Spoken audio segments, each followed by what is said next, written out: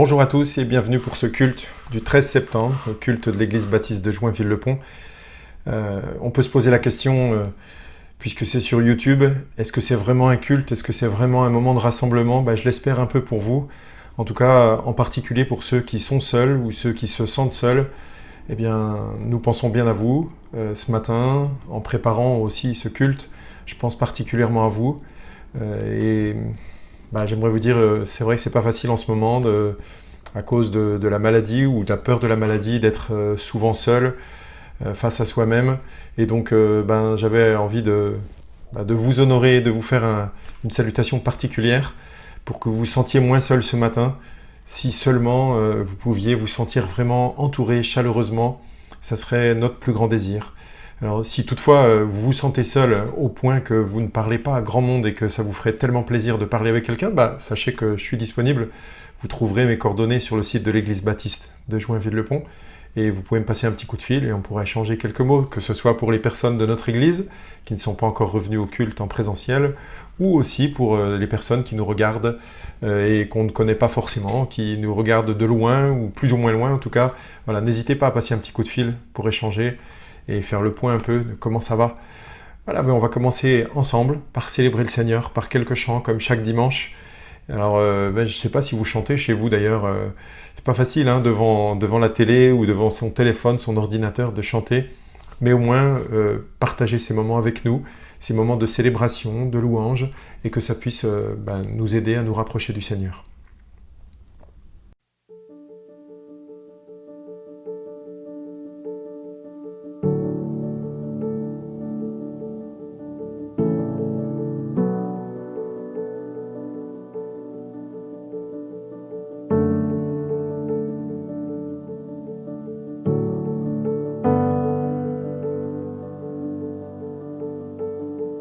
Voici la voix de mon roi,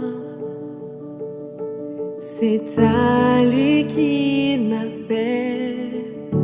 Je cours avec joie vers toi.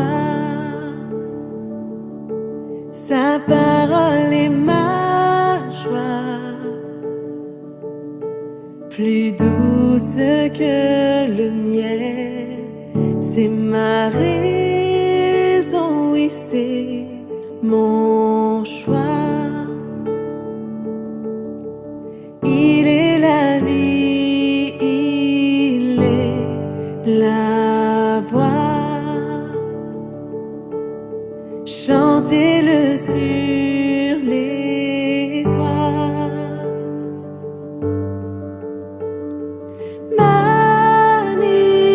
Magnifique, immuable est le Seigneur, mon Dieu, mon Père, à jamais ma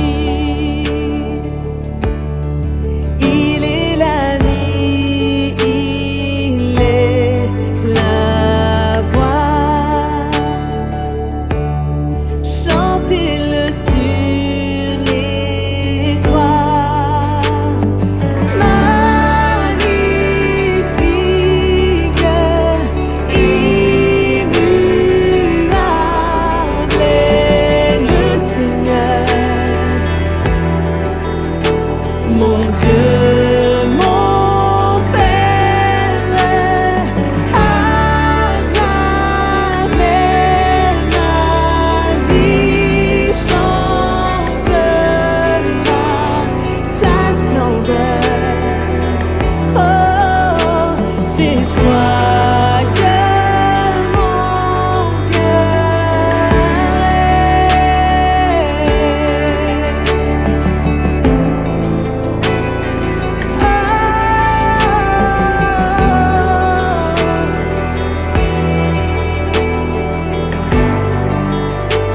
je te loue, Seigneur, de tout mon cœur, de tout mon être. C'est toi que mon cœur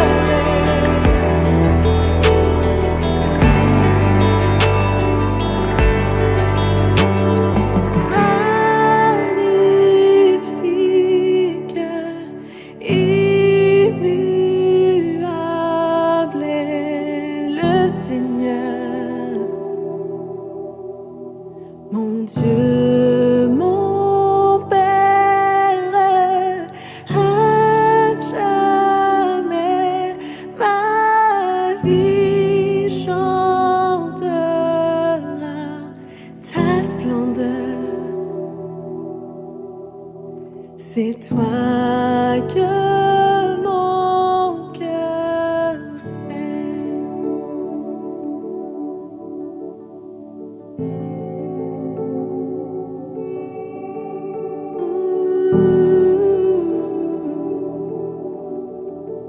c'est toi.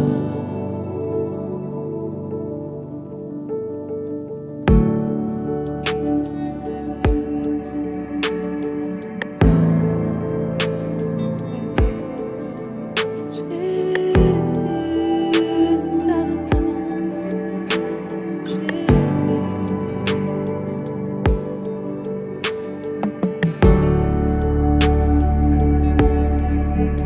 reçois la louange, reçois notre reconnaissance. Tu es merveilleux, tu es tout-puissant, Seigneur.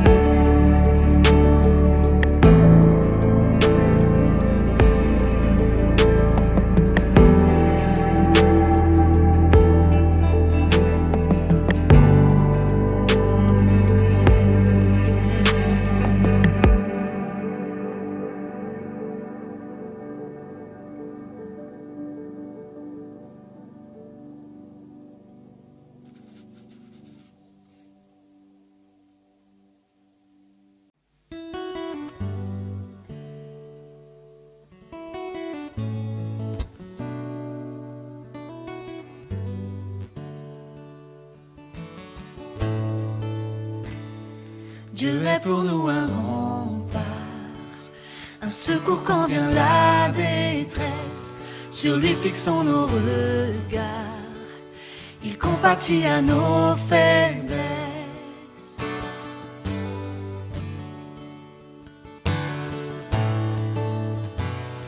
L'ennemi est en surnombre et nos sécurités chancellent. Dans la vallée de l'ombre, nous cherchons l'abri de ses ailes. Viens au secours de notre foi, que nous chantions d'une même voix. Le nom de l'Éternel est notre citadelle. Il est souverain, règne sur tout. Le nom de l'Éternel est notre citadelle. Le Dieu de l'univers est pour nous.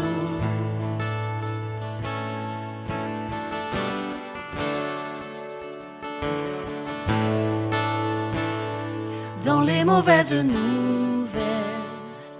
lorsque les nations s'agitent, le peuple de Dieu élève le puissant nom de Jésus-Christ.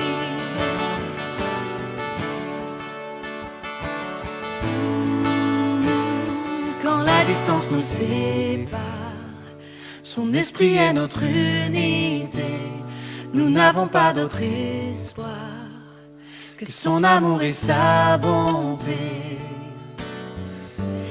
Viens au secours de notre foi. Que nous chantions d'une même voix. Le nom de l'Éternel est notre citadelle. Il est souverain, règne sur tout. Le nom de l'Éternel est notre citadelle. Le Dieu de l'univers est pour nous.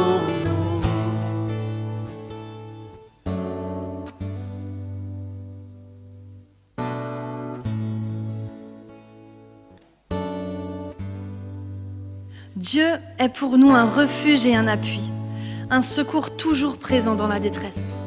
C'est pourquoi nous sommes sans crainte quand la terre est bouleversée. L'Éternel, le Maître de l'univers, est avec nous. Arrêtez et sachez que je suis Dieu. Je domine sur les nations, je domine sur la terre. L'Éternel, le Maître de l'univers, est avec nous. Le Dieu de Jacob est pour nous une forteresse.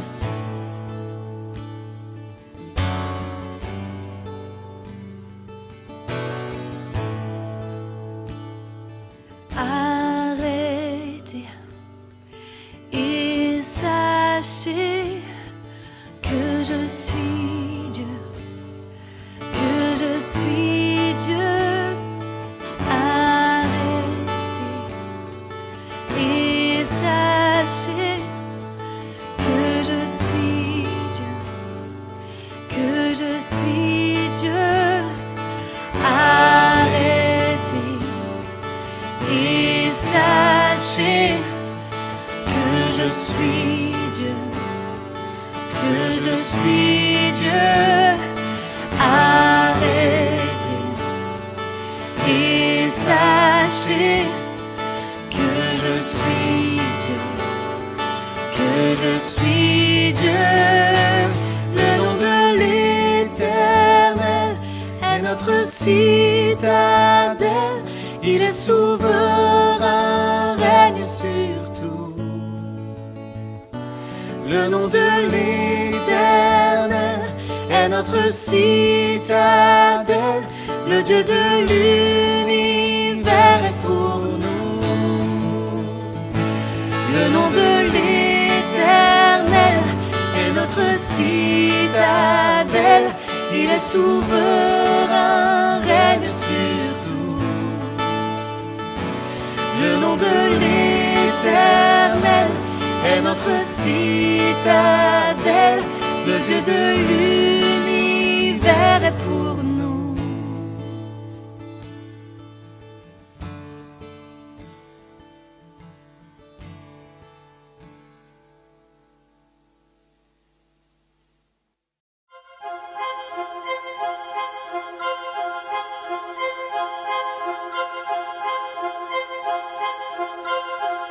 Les yeux dans les yeux.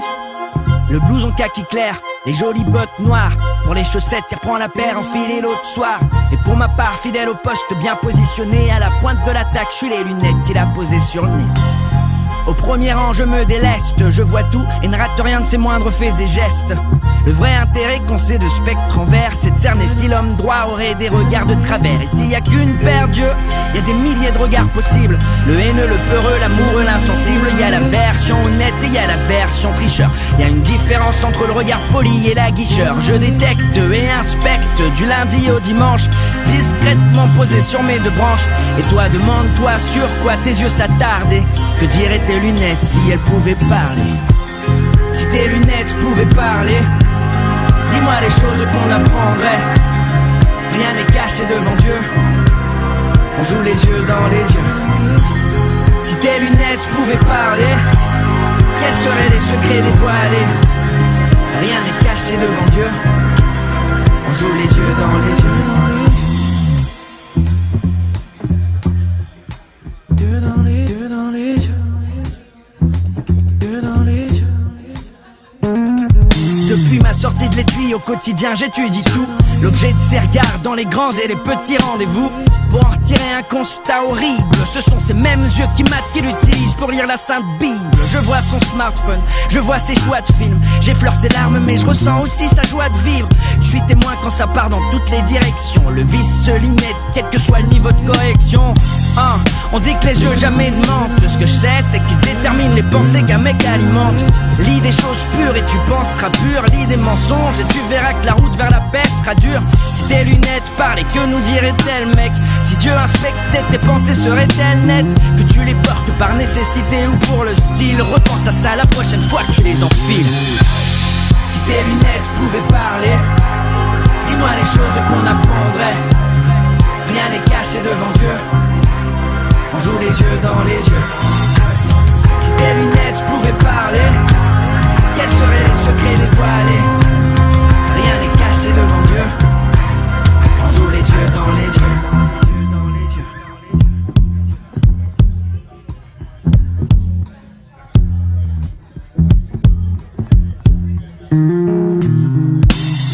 Dieu est vrai, il est véritable. Il a des oreilles, il entend tout. Il a une bouche, il parle.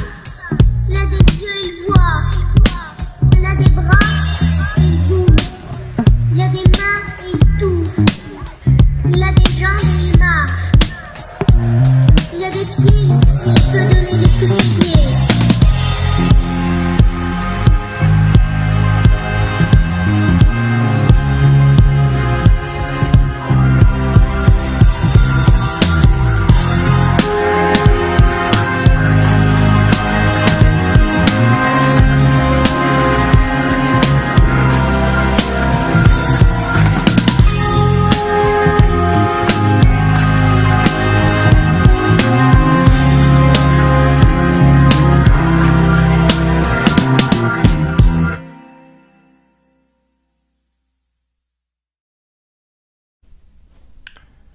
La semaine dernière, j'ai commencé une série de prédications sur les discours de Jésus dans l'évangile de Matthieu. Alors je vais poursuivre aujourd'hui. Vous vous rappelez, il y a eu un premier exemple qui a été donné par Jésus qui parlait de la colère et qui disait que la colère pouvait s'assimiler au meurtre. Tu ne commettras pas de meurtre. Et Jésus qui a ajouté, eh bien moi je vous dis que celui qui se met en colère, celui qui traite de fou, celui qui traite de stupide son prochain, eh bien il mérite aussi le jugement. Aujourd'hui, on va passer à quelques autres versets et qui vont parler de l'adultère. Alors ça va être un sujet un petit peu chaud, pas facile à aborder, mais j'espère que vous resterez quand même jusqu'au bout et que ça vous encouragera, vous apprendrez des choses et voilà, j'espère que ça va bien se passer quand même. Alors, on est dans l'évangile de Matthieu, au chapitre 5, versets 27 jusqu'à 30. Vous avez appris qu'il a été dit « Tu ne commettras pas d'adultère ». Mais moi je vous dis, tout homme qui regarde une femme pour la convoiter a déjà commis un adultère avec elle dans son cœur. Si ton œil droit te pousse à mal agir, arrache-le et jette-le loin de toi, car il vaut mieux pour toi subir la perte d'un seul de tes membres que de voir ton corps entier jeté en enfer. Et si ta main droite te pousse à mal agir, coupe-la et jette-la loin de toi, car il vaut mieux pour toi subir la perte d'un seul de tes membres que de voir ton corps entier jeté en enfer. Bon, ça parle quand même de sanctions sévères, d'être jeté en enfer. On voit Jésus là qui reprend 2 commandements. La semaine dernière, c'en était un, le 6e commandement, tu ne commettras pas de meurtre. Ici, il y a 2 commandements principaux, c'est le 7e commandement, tu ne commettras pas d'adultère. Donc on trouve ça dans les 10 commandements, vous connaissez, on trouve ça dans le livre de l'Exode au chapitre 20. Tout le monde a peut-être vu ce film où il y a Moïse qui a les tables de pierre, où il y a les commandements. Et bien donc dans Exode 20, on trouve « Tu ne commettras pas d'adultère ». Et puis aussi le 10e commandement, une partie du 10e commandement plutôt, il y a écrit « Tu ne convoiteras pas la femme de ton prochain ». La semaine dernière, on a parlé de « Tu ne commettras pas de meurtre » et on a vu que pour Jésus, les raisons qui poussent au meurtre sont aussi coupables que le meurtre lui-même. Les raisons, la colère, le mépris de l'autre, qui a pourtant été façonnés à l'image de Dieu. Eh bien ici, ça va être la même chose pour l'adultère. Jésus va s'intéresser aux raisons qui peuvent produire l'adultère. Et les raisons, c'est l'envie, le désir, la convoitise. Alors, qu'est-ce qu'un adultère? Bon, je suppose que tout le monde le sait. Je vais juste résumer au cas où qu'on se comprenne de quoi je vais parler, ou en tout cas de quoi ce texte nous parle. D'adultère, c'est de violer son serment de fidélité. Quand un homme et une femme se sont mariés, vous vous rappelez au moment où on passe à la mairie et qu'on passe ce petit anneau, on nous demande de jurer fidélité, puis des tas de choses en tout cas, mais on dit bien qu'on jure fidélité à notre mari ou à notre femme et qu'on s'engage qu'avec lui. Donc au moment où on se marie, en fait, on choisit, il n'y a plus qu'elle ou il n'y a plus que lui. Tous les autres ne comptent plus. J'ai plus droit aux autres. Je mets une croix sur toutes... En gros, au moment où je me suis marié avec une femme, je mets une croix sur toutes les autres. Et une fille, au moment où elle se marie avec un garçon, elle met une croix sur tous les autres. Une croix dans le sens, elle ne devra plus s'intéresser aux autres. C'est une alliance de fidélité. Et donc l'adultère, c'est le fait d'avoir des relations sexuelles avec un autre ou une autre qui n'est pas notre conjoint. Alors, si je faisais un petit sondage, imaginez, vous avez vu sur YouTube, souvent il y a des petits sondages qui apparaissent. Rassurez-vous, il n'y en aura pas. Hein. Mais si je faisais un petit sondage et que je demandais comme ça, qui a déjà commis l'adultère? Et jeter ça dans un repas de famille ou entre amis, est-ce que l'un d'entre vous a déjà commis l'adultère? Ça risque de jeter, comme on dit, un pavé dans la mare, d'être très surprenant. Mais vous savez, quand on pose la question, certains sont fiers d'avoir commis l'adultère, certains s'en vantent, il y a même des sites qui promeuvent l'adultère ouvertement, et pourtant on se doute bien que l'adultère, c'est mal. Il y a beaucoup d'adultères, il y a beaucoup, quand on pose la question, les gens n'avouent pas forcément d'ailleurs ce qu'ils ont fait, certains peut-être surévaluent, et bon, peu importe, mais l'adultère, est-ce que c'est grave? Est-ce que c'est si grave que ça? Eh bien oui, c'est une trahison en fait. C'est une trahison de la fidélité et ça peut faire souffrir évidemment celui qui est trahi. On dit qu'il est cocu. Et le cocu, il n'est pas heureux de l'être. Et donc c'est une trahison qui doit être évitée à tout prix. Et Jésus donc rappelle ce commandement, tu ne commettras pas d'adultère. Et d'ailleurs l'adultère est tellement mauvais que l'Ancien Testament en parle souvent dans ces termes. Il se trouve que Israël, le peuple d'Israël dans l'Ancien Testament avait été choisi par Dieu pour être son peuple et on trouve ça dans plusieurs prophètes et notamment le prophète Ézéchiel qui dit que Dieu l'avait choisi, ce peuple, et il a comparé la relation qu'il avait avec le peuple comme celui d'un époux avec son épouse. Lui, Dieu, comme étant l'époux, et Israël, le peuple, comme étant l'épouse. Et en fait, il dit qu'il a fait alliance avec Israël, c'était son épouse chérie, il l'a aimée, il a fait une alliance de fidélité, d'engagement, donc Israël devait faire la même chose avec lui, et puis c'est pas ce qui s'est passé en fait. Et Dieu reproche à son peuple d'avoir trahi son Dieu, son époux en quelque sorte.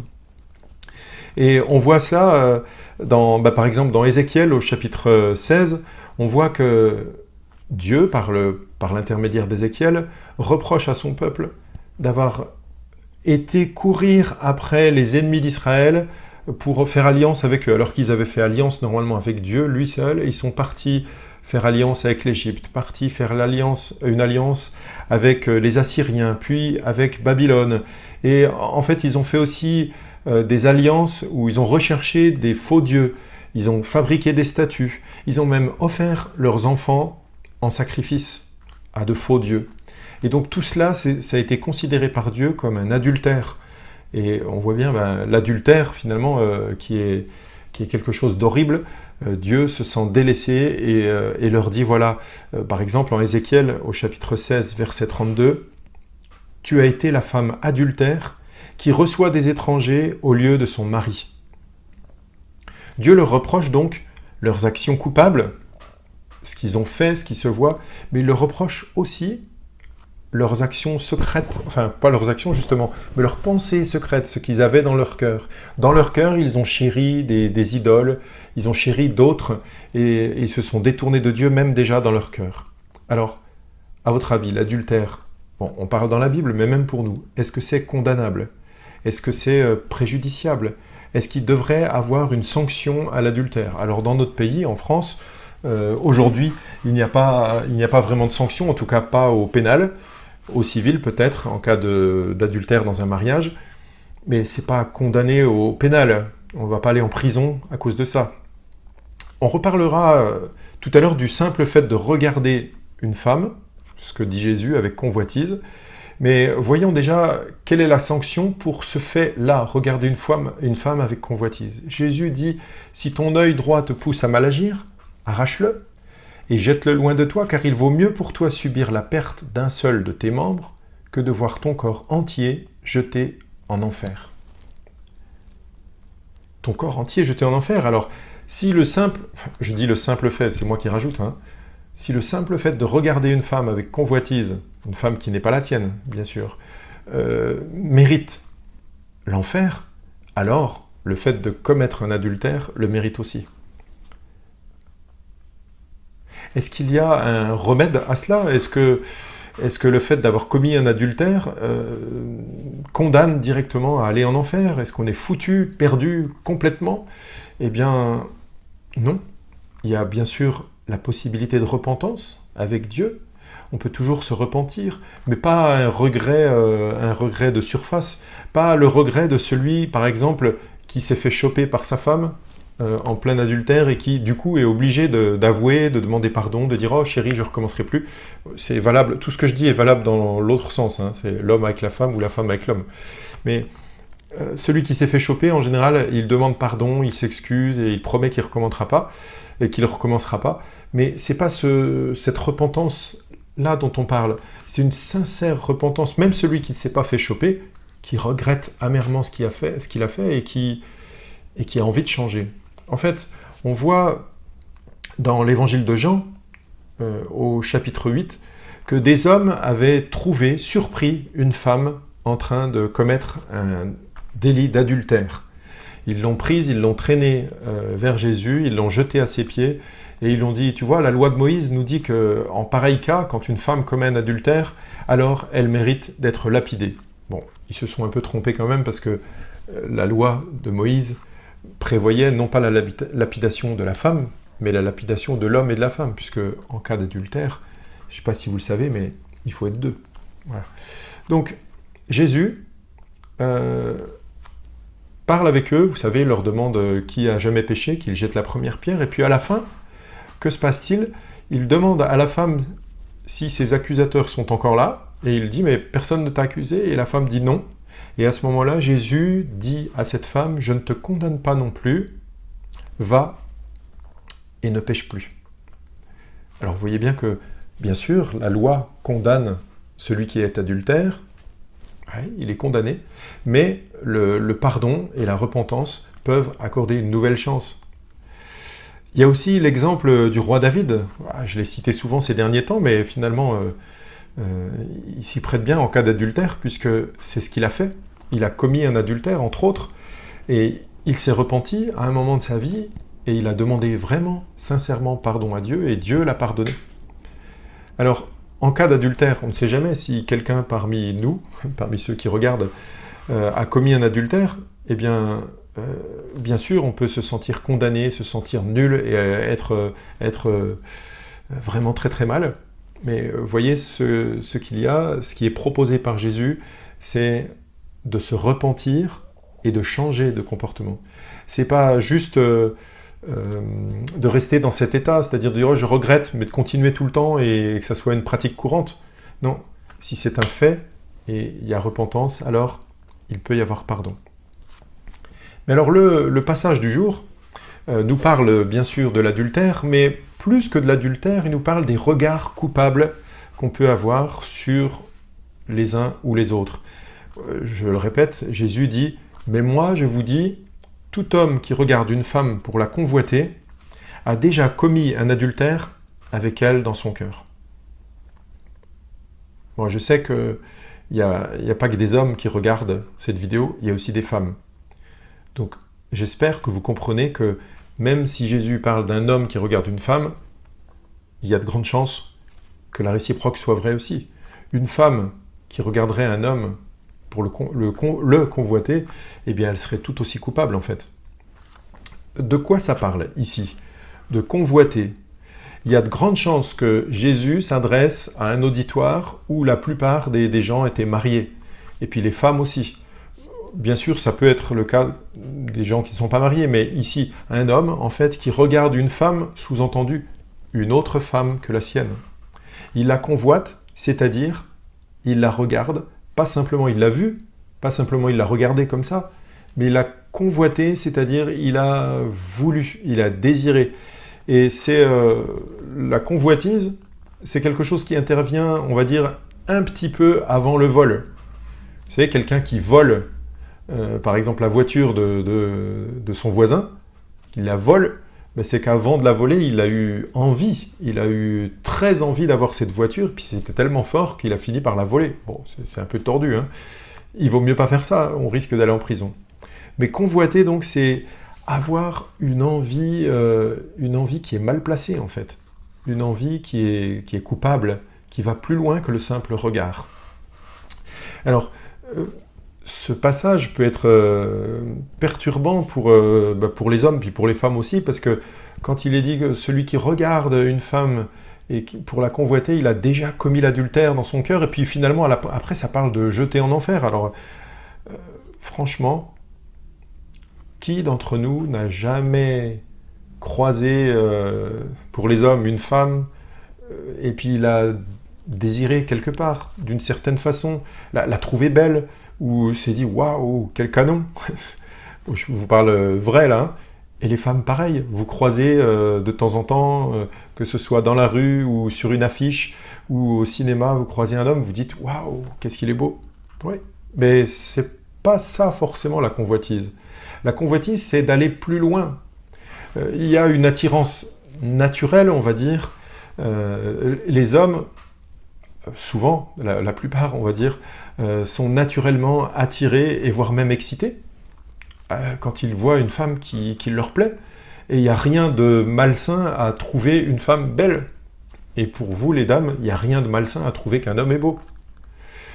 Ce qui est malsain, c'est d'aller plus loin. Ce qui est malsain, c'est de chercher dans son cœur à développer une attention particulière pour cet homme ou pour cette femme qu'on a vu, en vue d'une relation coupable. S'imaginer des choses avec, rechercher cette personne, se renseigner sur cette personne, poursuivre cette personne, ou prendre des photos de cette personne, ou je sais pas, mais enfin, tout ce qui fait qu'on va vouloir aller un peu plus loin pour être avec cette personne. Et là, ça serait coupable. D'autant plus, bien sûr, un homme marié qui s'intéresse aux femmes comme ça, ou une femme mariée qui s'intéresse aux hommes, il en a déjà, l'homme marié a déjà sa femme, la femme mariée a déjà son mari. Donc, tout ce qui va faire que ça va aller au-delà d'un simple regard, d'un simple constat ou d'une simple appréciation, ça sera de la convoitise, un désir malsain. Et Jésus ne parle pas de temps de regard. Vous savez combien de temps on regarde? J'en ai déjà parlé à l'église et ça m'a fait sourire, en particulier les hommes, quand j'avais dit, je ne sais plus où j'ai entendu parler de ça, quelqu'un qui disait que au-delà de tant de secondes, je ne sais plus si c'était 5 ou 7 secondes, ça devient problématique. Par exemple, vous êtes dans la rue, vous voyez une femme et vous la regardez pendant plus de 5 secondes, admettons, ou 7 secondes, je ne sais plus. Vous savez, c'est gênant. Hein. Il y a beaucoup de femmes qui ne supportent pas ce regard des hommes, des fois, qui se détournent, qui s'arrêtent de marcher, qui se retournent pour la regarder. Et si ça dure 5 secondes, 6 secondes, 7 secondes, mais c'est énorme. Ça peut blesser ces femmes, ça peut les mettre vraiment mal à l'aise. Donc, méfiance avec le regard. Quand Jésus dit « celui qui regarde une femme pour la convoiter », il y a peut-être déjà ce regard insistant qui va un peu trop loin. Alors j'aimerais vous parler d'un autre aspect Alors là, la température va monter encore d'un cran. Accrochez-vous. Parce que Jésus dit, regardez une femme avec convoitise. Je dis bien toujours, je précise, je pense que c'est exactement la même chose si une femme regarde un homme pour le convoiter. Et si on parlait de pornographie? La pornographie, est-ce que la Bible en parle? Bah, pas vraiment, dans le sens où le fait de voir des images, il n'y avait pas de photos à l'époque, il n'y avait pas de films, il n'y avait pas de séries, il n'y avait pas de cassettes ou de CD ou de choses comme ça, il n'y avait pas Internet non plus. Et donc, sous la forme qu'on connaît aujourd'hui, en tout cas, il n'y avait pas. Donc, est-ce que la Bible en parle? Non. Alors, il y a peut-être des gens dans ceux qui nous regardent et qui se posent la question, mais alors du coup, est-ce que c'est coupable, vraiment, vraiment coupable ou pas? Est-ce que je peux regarder ça? Est-ce que ça va avoir des effets sur moi? Et est-ce que ça va avoir des effets sur l'autre? Bien, je vais vous parler de... Si vous êtes marié, vous avez une femme et vous regardez la pornographie, quel effet ça aura sur votre femme? Ça risque de la rendre jalouse. Elle risque de se demander pourquoi vous avez besoin de regarder ça alors que vous avez déjà une femme. Et puis en même temps sur vous, qu'est-ce que ça va provoquer? N'est-ce pas de la convoitise? N'est-ce pas exactement, ou en tout cas c'est en partie cela, ce que Jésus condamne? Regarder une autre ou des autres femmes pour les convoiter dans son cœur. Alors bien sûr, aujourd'hui dans la société, il y a tellement de gens qui regardent ça, ça devient presque banal. On entend parler de l'argent que ça génère, c'est énorme, c'est hallucinant, mais c'est pas parce que beaucoup le font que c'est bien. C'est comme des fois on dit, oh tout le monde le fait donc ça passe. Non, c'est pas pour autant que ça passe. C'est une addiction, ça fait du mal à la personne qui est tout le temps devant, parce que ça donne envie de toujours plus, c'est des trucs bizarres, c'est malsain en fait. Pourquoi c'est malsain? Parce qu'il y a des comparaisons après, puis il y a toutes sortes de choses qui sont néfastes en fait. Est-ce que c'est de la convoitise? Je ne sais pas ce que vous en pensez, vous aurez le droit de me le dire si vous voulez, mais je pense que c'est de la convoitise. Quand Jésus dit qu'il ne faut pas regarder une femme pour la convoiter, parce que sinon c'est comme s'il avait déjà commis un adultère avec elle dans son cœur, là c'est quoi de plus explicite que de regarder une femme nue en train de faire des choses et de s'imaginer être avec. Donc c'est de la convoitise. Est-ce que Jésus donne des conseils pratiques pour lutter contre cela, pour ne pas se laisser aller à cette convoitise? Alors pas spécifiquement pour lutter contre la pornographie, mais pour lutter contre toute forme de désir qui serait impur, qui serait de la luxure, des mauvaises choses en fait. Eh bien oui, Jésus donne un conseil, on l'a lu tout à l'heure, mais on va le relire ensemble. Si ton œil droit te pousse à mal agir, arrache-le et jette-le loin de toi, car il vaut mieux pour toi subir la perte d'un seul de tes membres que de voir ton corps entier jeté en enfer. Et si ta main droite te pousse à mal agir, coupe-la et jette-la loin de toi, car il vaut mieux pour toi subir la perte d'un seul de tes membres que de voir ton corps entier jeté en enfer. C'est une image. En tout cas, je dis bien sûr, même si certains, parfois, dans l'histoire de l'Église, ont pris ça au pied de la lettre et ont pensé que, voilà, il valait mieux, mais bon, coupez-vous un œil, arrachez-le, coupez-vous une main, il y aura toujours les pensées, et donc ça sera toujours aussi embêtant. Mais Jésus parle là d'une solution pour lutter contre la tentation. Lutter contre la tentation, ça peut nécessiter parfois des sacrifices énormes. L'œil droit ou la main droite, c'est comme pour dire le meilleur œil. Souvent dans la Bible, le droit était le meilleur, la partie droite par rapport à la gauche. Donc l'œil droit, la main droite, c'est la meilleure partie. L'œil, c'est ce qui nous permet de voir. La main, c'est ce qui nous permet d'agir. L'œil qui devrait nous permettre de regarder notre femme quand on est un homme et notre mari quand on est une femme. Notre main qui devrait nous permettre de toucher notre femme. Alors, est détourné pour pouvoir voir ou éventuellement toucher une autre ou un autre. C'est là qu'il y a péché. Et même si c'est pas physique, c'est dans la tête, c'est dans les pensées, c'est déjà coupable selon Jésus. Alors il parle d'arracher la main ou d'arracher son œil et de le jeter au loin. C'est mieux ça plutôt que d'aller en enfer. Ça veut dire qu'il est en train de parler d'un sacrifice, de faire quelque chose en fait qui ferait que on arrache la possibilité d'être dans la situation coupable. On fait quelque chose pour enlever les occasions de convoiter alors qu'on ne devrait pas. Je vous donne quelques exemples. Après, libre à vous de réfléchir, mais ça vaut le coup de prendre le temps de réfléchir à tout cela. Par exemple, mutation à un autre poste. Si la tentation est trop forte, c'est dans votre bureau, peut-être que la meilleure chose à faire, c'est pas de cultiver ça dans votre cœur et de laisser le venin pénétrer votre cœur comme ça. S'il y a une tentation qui est trop forte, pourquoi pas changer de bureau, changer de poste, changer d'entreprise. Oui, ça peut coûter cher, mais n'est-ce pas nécessaire? Bloquer son numéro de téléphone. Parfois, certains entretiennent des relations qui sont un peu douteuses au téléphone, ou par SMS, ou sur un réseau social. Stopper le réseau social, se désabonner. Ça peut être arrêter d'aller dans un certain endroit, changer de trajet, s'il y a une tentation trop forte sur un trajet de bus ou de métro ou à pied. Ça peut être arrêter de regarder un film, arrêter de regarder une série, même si les acteurs vous plaisent, même s'il y a du suspense, mais s'il y a vraiment de la convoitise, s'il y a des choses qui vous salissent et qui vous donnent envie d'aller plus loin et que vous savez que c'est coupable, pourquoi ne pas arrêter, stopper? Oui, ça coûte, on verra pas la fin, tant pis pour le suspense, mais il faut savoir arrêter, se débarrasser du mal. Quelque chose qui pourrait vous coûter encore beaucoup plus cher. Supprimer Internet, vous y croyez, vous? C'est possible? Peut-être certains seront obligés de jeter leur portable, jeter leur ordinateur. Ça serait quand même mieux que de s'arracher un bras ou de s'arracher un œil. Enfin, chacun fait ce qu'il veut, ça vaut le coup de réfléchir, mais je vous rappelle que Jésus traite ce sujet avec le plus grand des sérieux. Écoutez ce qu'il dit.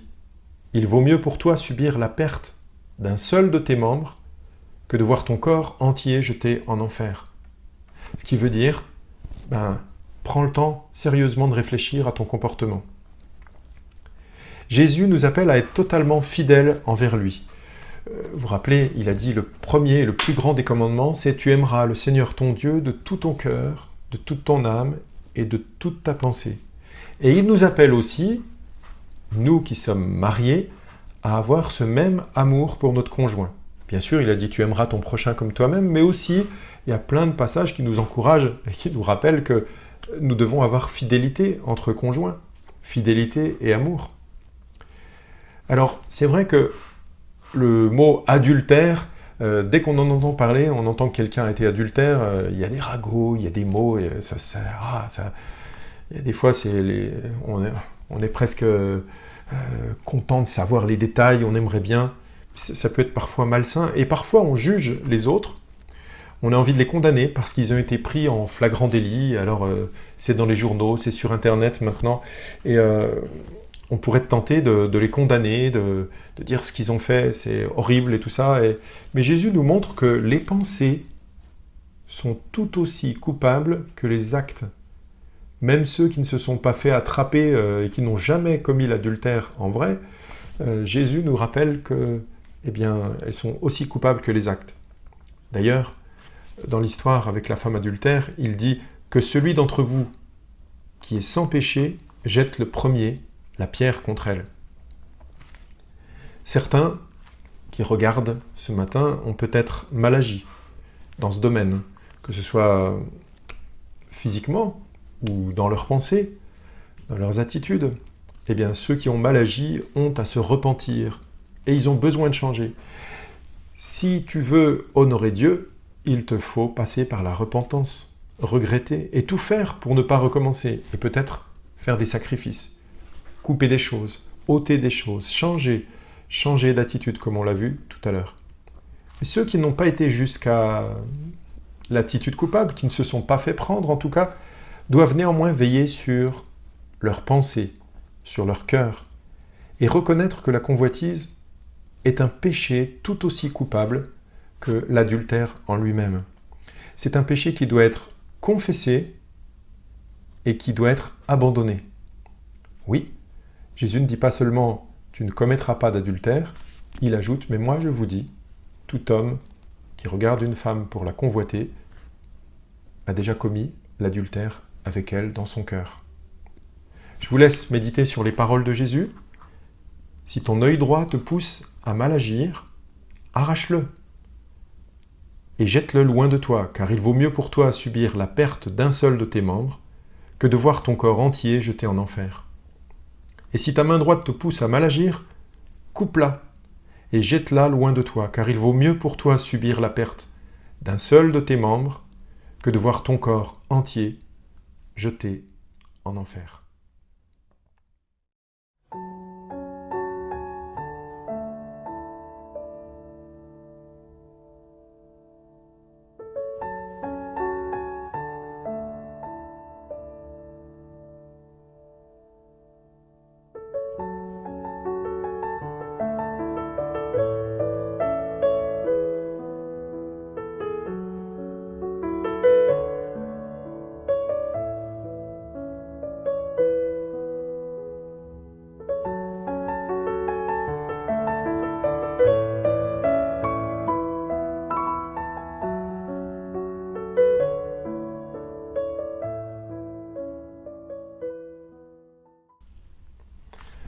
Je vous l'avais dit en introduction tout à l'heure, le sujet qui était abordé aujourd'hui n'était pas facile, c'était un peu chaud, parler d'adultère, de convoitise. Je tends juste la perche, si quelqu'un avait besoin d'aide dans ce domaine, eh bien, qu'il n'hésite pas.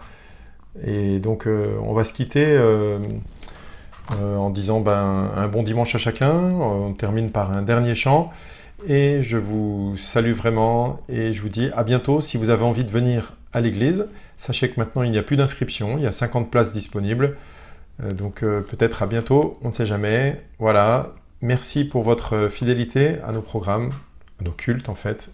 Bon dimanche et à bientôt.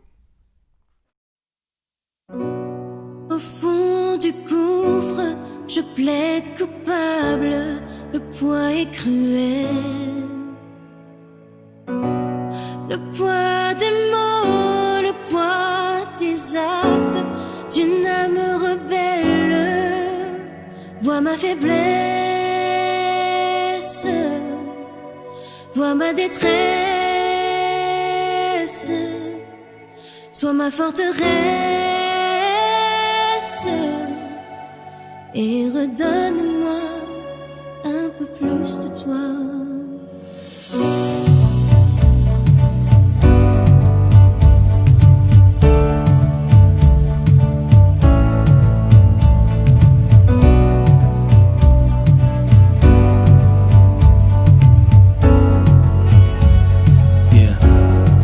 L'assemblée se lève et d'un seul homme entonne le premier cantique. Énergie maximum, les musiciens s'appliquent. Il y a ceux qui clapent et ceux qui restent statiques. Je vois des yeux qui se ferment, je vois des mains au ciel et des sourires plus ou moins authentiques. Beaucoup connaissent les paroles par cœur. Au premier rang, les enfants m'impressionnent par leur ardeur. Refrain 1, refrain 2, refrain 3. Même les septuagénaires tiennent debout depuis 3/4 d'heure.